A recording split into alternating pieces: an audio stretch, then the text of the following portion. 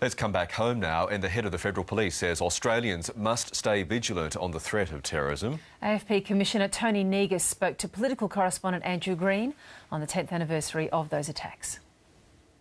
Commissioner Tony Negus, welcome to ABC News 24. Thank you. Can I begin by asking how you believe the AFP and its work has changed over the past decade?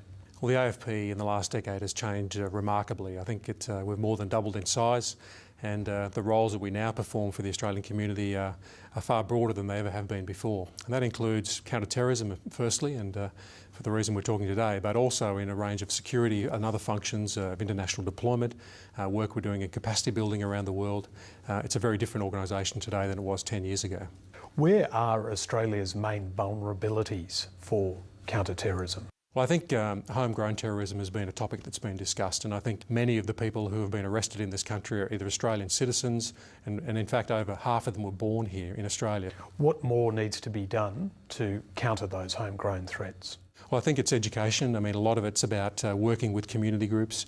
Many of the leads that we've come across have come from communities themselves who are concerned about individuals within those communities, and we've worked successfully with them to mitigate those risks. But I think it's just about a continual engagement of those communities and those individuals. And it's not just the Muslim community, I've got to say. There are a range of different communities who are feeling somewhat left out, and this is a very broad question for government in many ways, and the social issues attached to this, education issues and welfare and a range of other things. But from our perspective, we just need to make sure that people understand there is a way to report this activity, and we can help intervene and help people get back on track. Can you expand on that? What other areas of society are there? Socio-economic groups or other ethnic groups perhaps? Yeah, again, I wouldn't want to profile particular groups, but there are young people in this country who are feeling disassociated with what's happening in a broader sense, and I think that we saw some of that with the Cronulla riots many years ago, where people have come together, and we've seen just recently in London with the riots over there. I think we've all got to be very careful and examine very carefully as a society what that means for Australia and what we can do to prevent such actions happening here. Could a London-style situation develop in Australia potentially?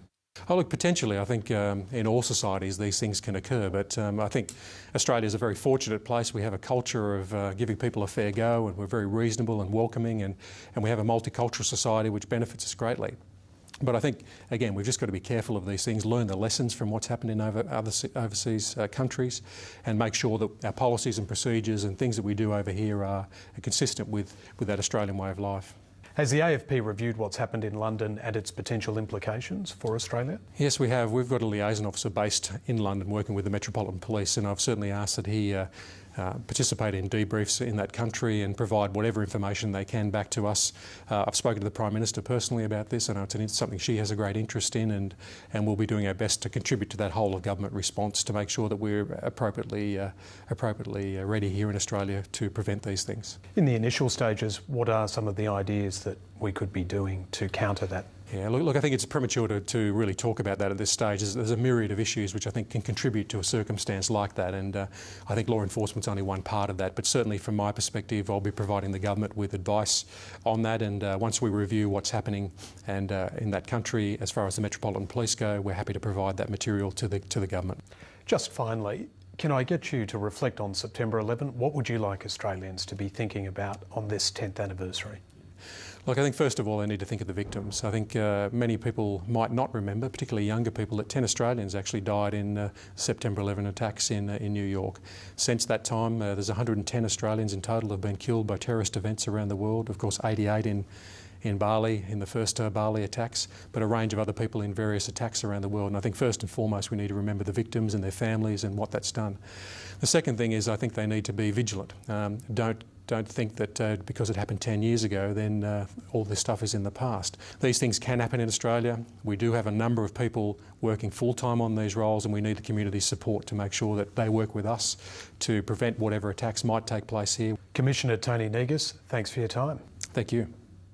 And Commissioner Tony Negus was with Andrew Green there.